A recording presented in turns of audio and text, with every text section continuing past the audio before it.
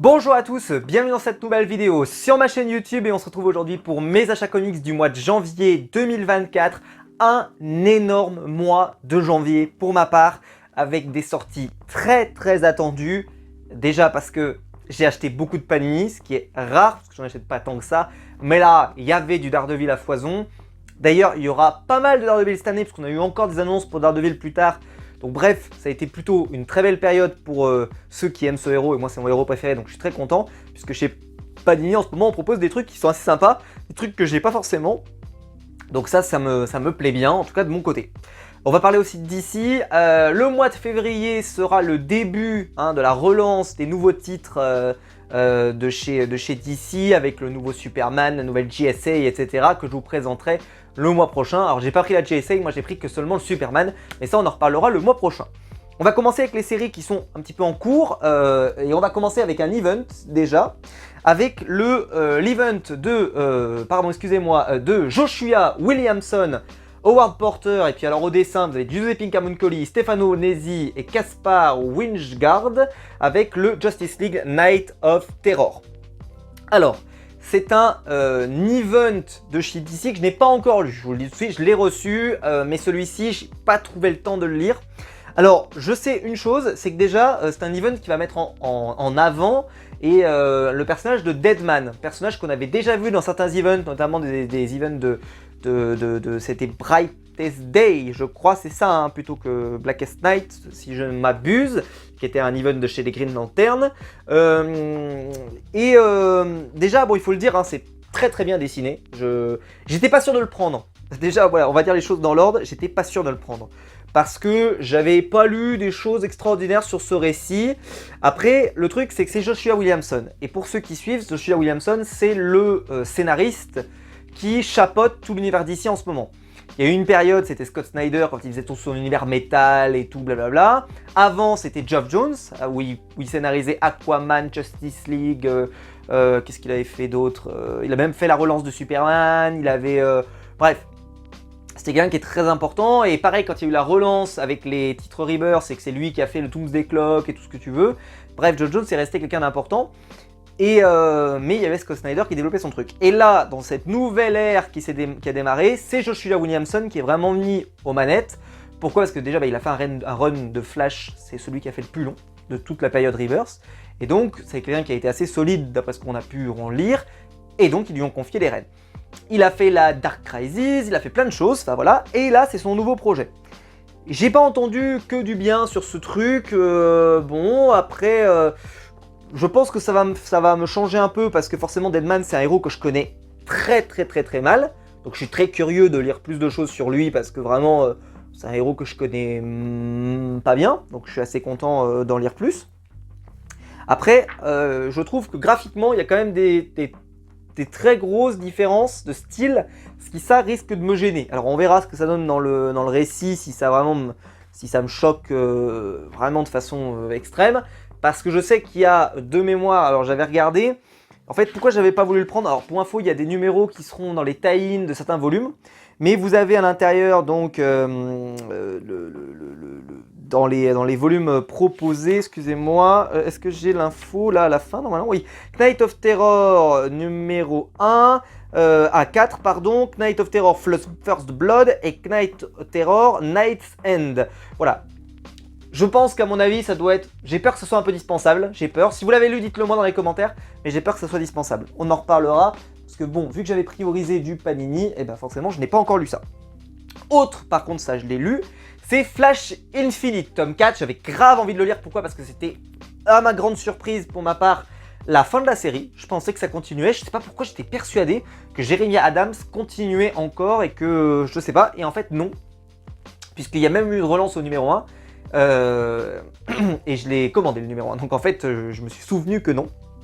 Donc effectivement ça s'arrête bien là, mais en fait parce que la série venait de se conclure aux États-Unis, enfin bref ça m'a semblé tellement étonnant que ce soit la fin que je sais pas, j'étais persuadé qu'il y avait peut-être encore un volume ou autre. En tout cas vous avez la conclusion ici.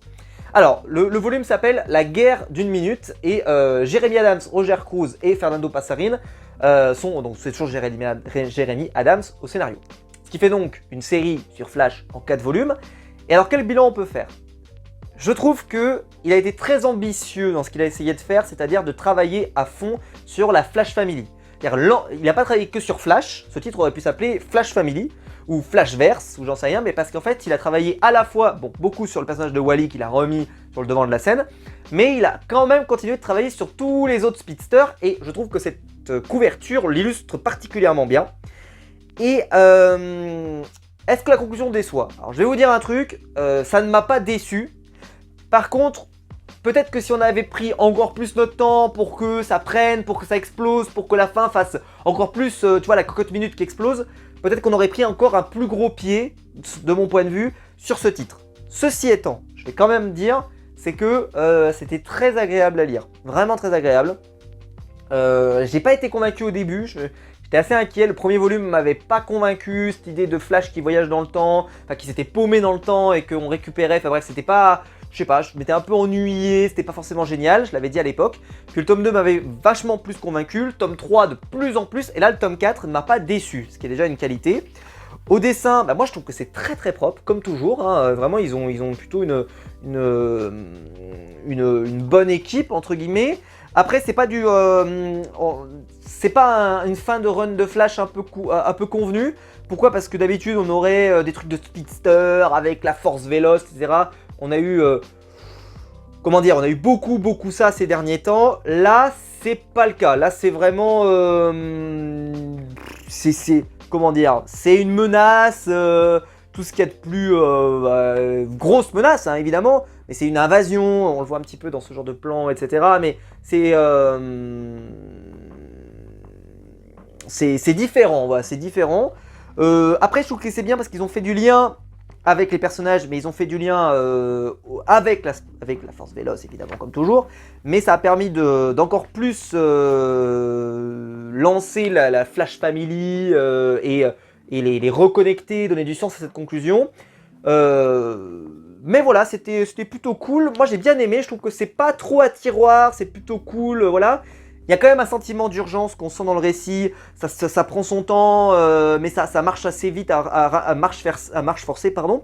Et vu que j'avais pas forcément capté que ça se terminait là, bah en fait moi j'étais en train de me dire, ah bah c'est vrai que c'est plutôt sympa, c'est plutôt stylé, il y a plutôt des beaux trucs. Le méchant, malheureusement je trouve, manque parfois un peu de caractérisation, mais c'est pas non plus déconnant, on a eu pire. Et comme je vous l'ai dit, ça change un peu de juste avoir un speedster qui est un méchant, quoi.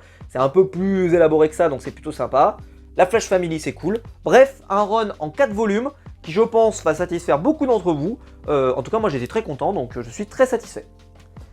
On passe ensuite, alors celui-ci, je ne l'ai pas encore lu, il est le prochain sur ma pile à lire, c'est le Nightwing tome 5, qui lui n'est pas la conclusion du run, donc ça continue. D'ailleurs, en parallèle, on sait que Tom Taylor va travailler sur la série...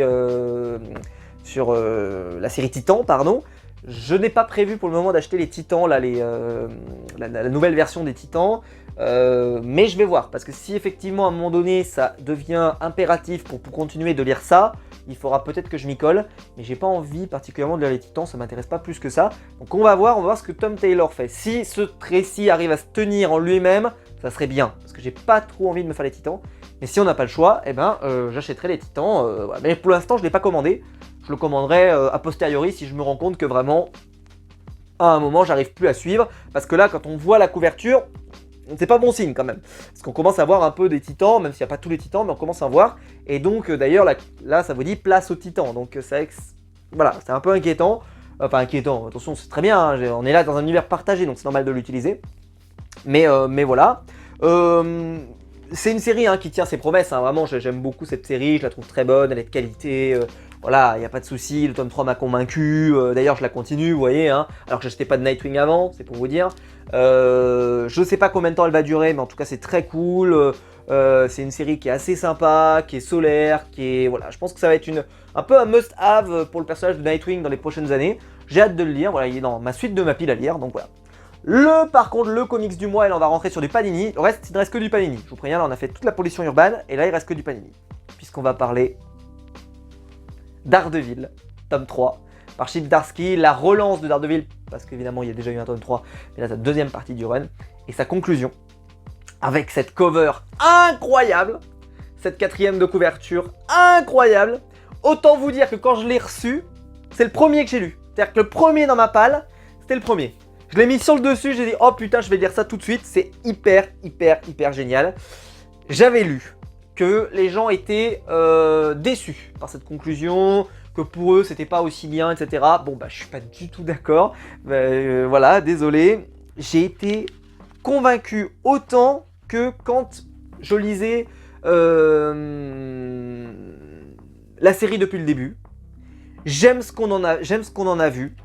Je trouve qu'en plus que si vous lisez le run du Punisher, vu que là on revient un peu à un statut qu'on aime bien, c'est-à-dire le Daredevil qui affronte la main, et bah si vous lisez la série Punisher, c'est très agréable. Marco Criquetto, c'est tout ce que vous voulez, c'est absolument magnifique, c'est sublime, c'est un découpage magnifique, la colorisation est toujours hyper soignée pour ces récits et c'est trop bien. Il s'est passé quand même un élément hyper important que je peux pas vous raconter parce que ce serait spoilé, mais c'est vraiment quand même fou et forcément on reprend après ça et ça fait grave plaisir. J'ai adoré suivre ça jusqu'au bout. Pour moi, le titre a tenu toutes ses promesses. Cette conclusion, elle est parfaite. Elle est à la hauteur de l'événement. Il y a des planches, je vais pas vous les montrer, mais qui marquent les esprits. Là, je vais en sauter une, je vous dis pas. Vous êtes comme ça et vous vous arrêtez. C'est-à-dire que ce comics m'a fait m'arrêter dans ma lecture. Où je suis là et je fais waouh, d'accord, ils ont montré ça, waouh. Et par exemple, quand il y a un moment, il y a Elektra qui va se pointer, elle va arriver dans une scène et vraiment, comme je vous dis, c'est que je me suis arrêté, c'est pam, tu t'arrêtes, tu fais ah ouais. Bref, j'ai pas trop envie de vous en dire parce que j'ai peur de vous spoiler des choses qui quand même sont hyper importantes dans le récit, surtout que là on arrive à sa conclusion. Donc forcément, il s'est passé quand même beaucoup de trucs. Donc si vous avez suivi le titre depuis le début, bah là c'est vraiment sa conclusion. Pour moi, c'est la meilleure série Marvel de ces dernières années, sans aucune contestation possible. C'est bien mieux que tout ce qui a eu lieu chez même X-Men, Avengers, tout ce que vous voulez. C'est le Daredevil de Steve Zdarsky. C'est un héros qui est gâté chez Marvel. Je sais que là, il va y avoir donc un nouveau scénariste qui arrive, c'est Saladin Ahmed, qui a travaillé sur le personnage de Ultimate, Miles Morales, pardon, parce qu'il ne faut plus dire Ultimate maintenant, parce que c'est Jonathan Hickman. Il faut encore bien se confondre, mais c'est pas grave. Ça a été pas mal ce qu'il avait fait, donc on a eu des bons retours, donc il n'y a pas de raison que ça marche pas, donc faut espérer, faut y croire. Mais là, c'est que la barre a été mise tellement haute que le risque c'est d'être déçu. Donc j'espère que l'autre là, il a les reins solides parce que, surtout qu'on va pas se mentir, là, l'effet plus, c'est que Daredevil n'a pas toujours eu des dessinateurs. Enfin, ils ont eu des dessinateurs parfois un peu zarbi, qui ont des styles très bizarres. Là, c'était je trouve un dessinateur qui avait un style très mainstream et hyper agréable. Et ça a joué aussi sur le titre. Et puis Steve Zdarsky aussi, donc trop bien. Ensuite, le truc qui va être dans ma palle pendant 1000 ans. Alors ça va être dans ma palle pendant 1000 ans, mais je l'ai quand même acheté, oui. Parce que je suis un con, donc je l'achète, puisqu'est sorti Carnage Reign.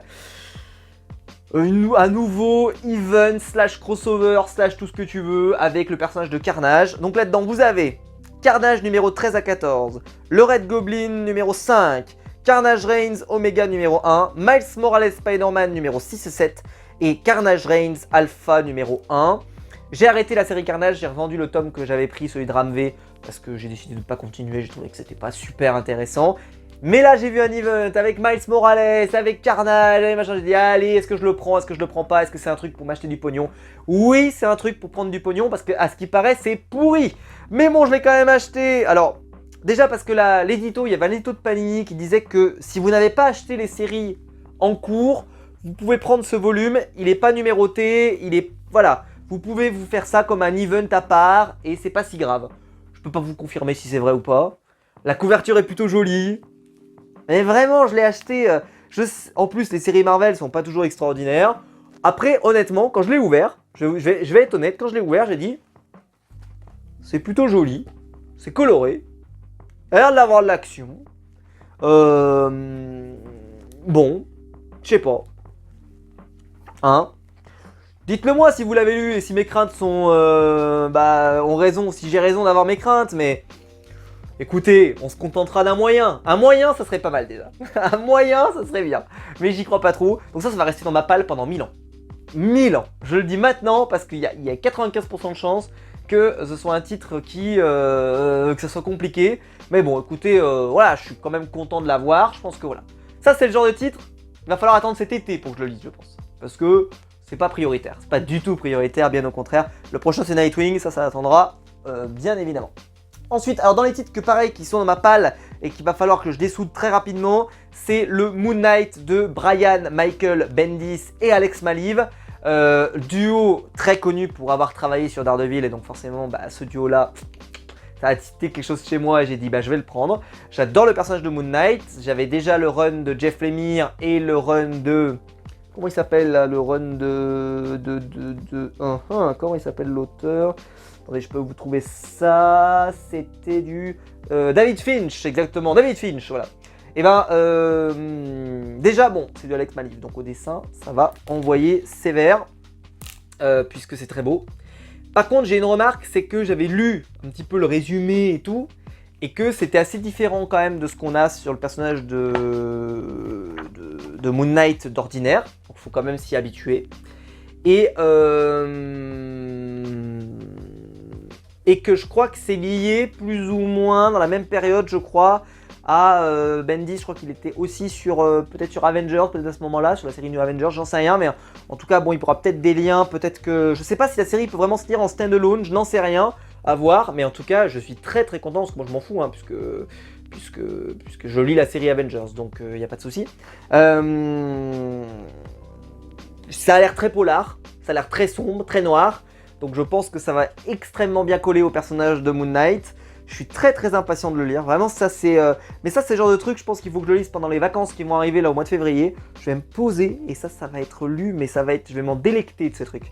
Parce que franchement, il y a de la mise en scène, il y a des pages qui sont magnifiques, ça donne envie quoi, vraiment ça donne envie. J'ai toujours dit que mon comics préféré, hein, c'était le Daredevil de... Enfin c'était d'abord Allons Halloween, et puis en top 2 c'était Daredevil de Bendis. Et même derrière le Ed Brubaker est top aussi. Donc je suis très très enthousiaste. Ça a l'air assez sanglant, assez sympa. Non franchement, je suis très très impatient de le lire. Très très impatient. Ça c'est... Pour moi c'est la sortie du mois celui-là. C'est vraiment la sortie du mois. Et s'il n'y avait pas eu les sorties d'ici, où je me dis il faut que j'enchaîne avec ça, parce que c'est un peu les nouveautés, donc alors que ça, bon globalement je peux le rattraper, c'est pas très grave. Mais vraiment je suis très très content. Et enfin le dernier volume, c'est du Daredevil avec Echo. Pour la sortie de la série Echo, ils ont sorti quelques comics en lien. Et ils ont sorti donc c'est le premier que j'ai dans ma collection, un Marvel Prestige, donc avec ce dos toilé et tout. Il y avait eu, je crois, une autre série qui était sortie comme ça, mais je sais plus laquelle. Je crois qu'il y avait un Fantastic Four, et puis il y avait, il y avait le Spider-Man, l'histoire d'une vie aussi, qui était sorti dans ce format. Donc il est très grand, c'est un très grand format, je peux vous montrer, mais c'est encore plus grand qu'un Deluxe, hein, donc vraiment c'est assez immense. Et donc ça coûte assez cher, alors là j'ai pas d'indication de prix, mais je crois que ça m'a coûté 20... Pour un truc qui est pas très très épais, de mémoire ça m'a coûté 22 ou 25 euros, je sais plus, mais c'est assez cher, mais bon, j'ai envie de dire que ça les vaut. Et là, je l'ai acheté parce que voilà, c'était écrit Daredevil, Echo, c'est les épisodes 51 à 55 de la série de 1998 que je n'avais pas, de David Mack, donc je les avais pas, donc je les ai commandés. Quand vous voyez la première planche déjà, là vous faites, ah oui, je vais vous montrer parce que clairement, ça c'est un truc, je ne l'ai pas lu, et ça ne me fait pas envie dans le graphisme, hein. C'est vraiment... Waouh. Alors la couverture me plaît, mais l'intérieur, quand je l'ai ouvert, je le prenais de toutes les manières, hein, donc c'est pas une question de... Voilà, mais j'ai fait... ah oui, quand même, alors il y a des planches comme ça qui sont magnifiques, hein, voilà. Mais c'est... Quand je disais tout à l'heure que c'est pas du mainstream, là, alors là... Daredevil, là, il a été gâté, parce que là, le dessinateur s'est régalé. Donc c'est le même scénariste et dessinateur, hein, donc voilà, un peu comme Sean Murphy quand il nous fait des œuvres maintenant, où il scénarise et dessine. Faut vraiment voilà, mais bon. Et pour info, c'est, je crois, l'histoire de la création du personnage, puisqu'on revient sur Wilson Fisk, on revient... voilà, mais c'est vrai que quand tu vois le volume, alors ça me fait beaucoup penser à des choses qu'on a vues dans la série Echo. Là j'ai commencé la série au moment où je tourne cette vidéo, mais au moment où vous la verrez, je l'aurai déjà fini. Ou peut-être pas d'ailleurs, mais je sais pas, mais je suppose que je l'aurai fini. Ça fait ce bon petit Wolverine des familles qui est là. Mais je sais pas, enfin en tout cas ça me... C'est Zarbi, hein, c'est vraiment gros parti pris, hein. T'achètes ça tu tombes là-dessus, ça sort de ta zone de confort. Hein. On dit parfois que Panini, enfin Marvel, pardon, est pas très courageux, ça manque d'innovation, ça manque de trucs. Bah, c'est sûr que là, tu te dis que waouh, c'était assez courageux de sortir un volume comme ça, mais en tout cas, je suis très impatient de le lire. J'ai eu des excellents retours dessus, excellents retours, que ça crie même presque au chef-d'œuvre et tout, donc vraiment très impatient. C'est pas très long, donc je pense que ça va se lire, mais c'est un comics qu'il faut lire doucement, parce que graphiquement, coriace quand même, hein, donc voilà. Alors que vous voyez le petit carnage, là on va pas se mentir, je pense que c'est vraiment de la lecture popcorn, vous pouvez lire ça un petit peu tranquille, c'est pas très grave. Ça, c'est vraiment un graphic novel quoi.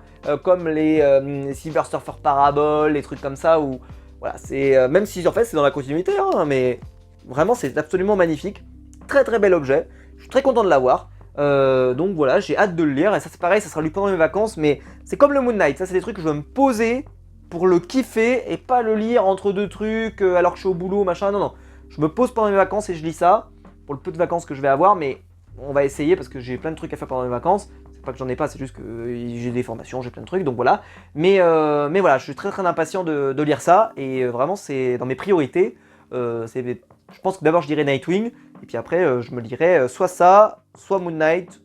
L'ordre, on verra ce qui m'intéresse le plus. À mon avis Moon Knight, parce que je suis très impatient, mais on verra ce que ça donne. Voilà. Écoutez, j'espère que la vidéo vous aura plu. Si c'est le cas, en tout cas dites-moi vous dans les commentaires, hein, évidemment, si vous avez aimé, déjà, vous pouvez liker, vous pouvez vous abonner. Mais dites-moi dans les commentaires ce que vous avez lu, ce que vous avez acheté pour cette rentrée du mois de janvier. Je trouve qu'elle était assez chargée, il y avait beaucoup de choses, beaucoup de trucs.